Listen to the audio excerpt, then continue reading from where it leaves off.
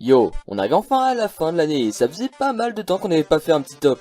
Du coup, vu que l'année se termine, je me suis dit que ça pouvait être cool de partager avec vous ma hype envers les nouveaux animés et suites d'animés à venir en 2019. Donc c'est parti.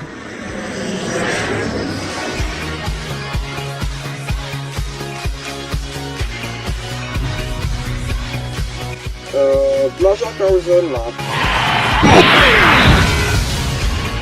Alors on commence avec la suite de la saison 3 de SNK, putain. On a tous été extrêmement déçus lorsqu'on nous a annoncé que la suite de la saison serait reportée. Mais au final, si ça peut permettre à Wit Studio de continuer à nous produire de la qualité et toujours nous faire rêver, bah moi je suis pour perso. Parce que oui, SNK a une animation de malade, même si on ne le présente plus, pour vous faire une idée, SNK c'est ça. Et comme à chaque saison, t'as les puristes qui lisent le manga qui te disent Mais moi je vous le dis, hein, là clairement vous êtes pas prêts là. Hein.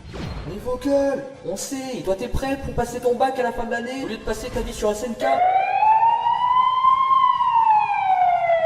Oui, c'est une grosse partie des lycées de l'Orléanais qui sont bloqués ce matin. Le lycée Voltaire dans le quartier de la Source a pris part au mouvement aujourd'hui.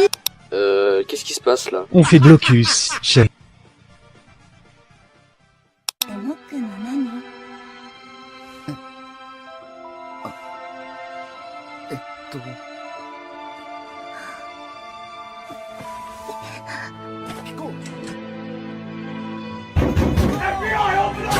Bonne journée, sois sage à l'école. Oui maman.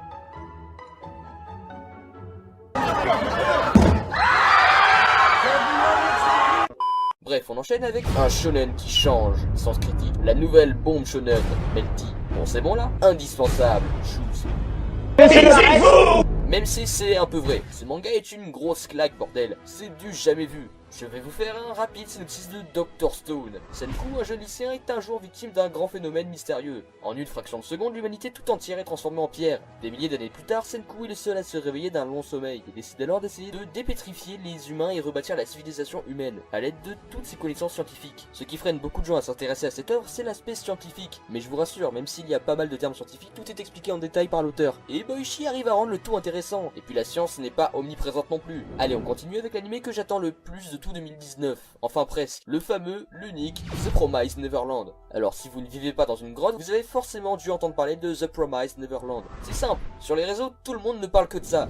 Enfin, pas plus que One Piece quand même, faut pas abuser, mais il a déjà réussi à se faire un nom en seulement 4 tomes sortis en France. En tout cas, au moment où je tourne cette vidéo. C'est une des célèbres nouvelles licences du Jump, et elle n'a pas fini de faire du bruit si vous voulez mon avis. Donc c'est un nouvel animé à suivre de très près pour 2019. Donc The Promised Neverland nous raconte l'histoire d'enfants qui vivent paisiblement dans un orphelinat avec une dame si gentille que les enfants l'appellent maman. C'est cool non? Jusqu'à ce que les enfants prennent conscience que leur mère les vend comme nourriture à des monstres et que depuis leur naissance il n'était que du bétail et que l'humanité est sous les services de monstres géants. Joyeux. Et donc ils élaboreront des plans pour s'enfuir tous ensemble de cet élevage. Mais ils devront redoubler d'intelligence pour berner maman. On n'a malheureusement aucune info sur le studio d'animation, ou du moins j'en ai pas trouvé. Mais l'animation m'a l'air de passer très bien, et de toute façon il ne requiert pas une grande animation, puisque c'est surtout au niveau psychologique que se déroule cette histoire. Ensuite, changement de studio pour la saison 2 de l'anime qu'on ne présente plus, à savoir One Punch Man. Donc on passe de Madhouse à JC Staff. Je connais pas trop ce studio, mais dans le trailer je n'ai pas vu de grosse différence avec Madhouse. Toujours du même auteur, à savoir One. On a la saison 2 de Mob Psycho 100. Un peu plus sérieux que One Punch Man pour le coup, mais tout aussi bien, si ce n'est mieux.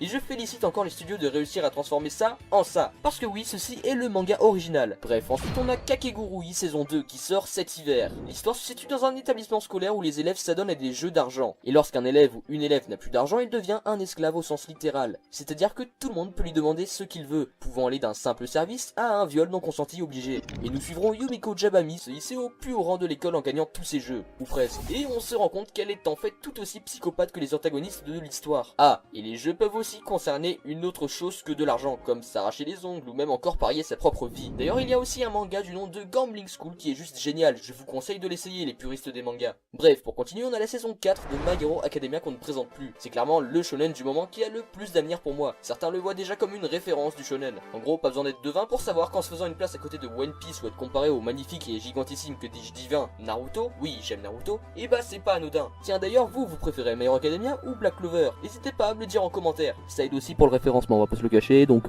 vraiment n'hésitez pas. Bon, on enchaîne avec cette fois un nouvel animé d'un manga que tout le monde croyait voir arriver en pesant en France, mais qui n'a pas su se faire une place parmi les mangas édités en France. Faute à une mauvaise com de sa maison d'édition. Je veux bien évidemment parler des Rôdeurs de la Nuit, qui est un animé à suivre de très près. C'est un manga phare du Shonen Jump et c'est d'ailleurs un des seuls mangas qui commence sérieusement à concurrencer One Piece. C'est pour ça qu'à défaut de l'avoir en France, j'espère que l'anime saura relever le niveau et nous proposer de la qualité. Je ne vais pas vous le présenter plus que ça car je compte lui dédier une vidéo prochainement, mais retenez bien que c'est vraiment un anime à marquer en rouge sur votre calendrier. Ensuite on a la saison 2 de Danmachi. C'est pas l'anime où il se brosse les dents? Si, entre autres. Non, plus sérieusement, Danmachi nous raconte l'histoire de Belle Cranel qui rêve de devenir le plus grand aventurier du pays. Belle se fait sauver par une femme dont il tombe amoureux et fera tout pour la retrouver. Puis Belle fera la rencontre de la Loli au gros sein, Estia. Quoi? C'est pas moi qui le dis, même dans l'anime ils le disent. Et je dois avouer que ce surnom lui va très bien. Et donc elle l'aidera énormément dans sa quête. Bon, j'enchaîne vite pour que la vidéo ne s'éternise pas. Ensuite nous avons Yuru Camp saison 2, qui nous avait tous bien plu avec son thème de camping et des OST totalement dans l'ambiance. Enfin pour finir, on finit avec...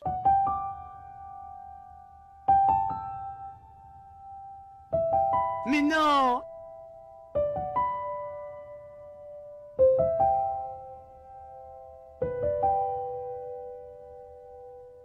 Mais non! Limite un rêve qui se réalise, enfin la saison 2 de Made in Abyss. C'est un anime qui avait marqué tout le monde à sa sortie, de par sa beauté, que ce soit graphique, narrative, avec ses OST et son opening à couper le souffle, et si touchant, car même si son style graphique laisse à croire que ce sera un anime enfantin, c'est loin d'être le cas et des thèmes très adultes et dramatiques seront abordés. Sans oublier ce sentiment d'aventure, car dans cet anime nous suivrons le jeune Legu et la jeune Riko qui quitte tout pour partir à l'inconnu. Riko souhaite retrouver sa mère qu'elle croit coincée depuis des années dans ce que l'on appelle l'Abysse, un endroit dont personne n'a jamais vu le fond, ou du moins personne n'en est jamais revenu. Et Legu, qui est un robot, cherche à savoir s'il vient de ce gouffre et quel est le sens de sa vie. Si je devais donner une note à cet anime, c'est simple, je lui donnerais 20 sur 20. Il entre clairement dans mon top 3 des meilleurs animés que j'ai eu à regarder de ma vie. Et j'espère ne pas être déçu de la saison 2. Si la saison 1 a marqué à jamais 2017, saura-t-il marquer 2019? Bref, c'est sur cet animé que je clôture cette vidéo. Je n'ai pas dit tous les animés qui sortiront, car sinon la vidéo serait beaucoup trop longue. Donc j'ai préféré cibler les animés qui m'intéressent, mais bien les présenter. Bref, sur ce, n'hésitez pas à liker la vidéo, vous abonner, dites-moi en commentaire ce que vous pensez de ces nouveaux animés et suites d'animés, et surtout, encore une fois, ce qui me ferait le plus plaisir, c'est bien évidemment le partage. Bon, sur ce, sayonara.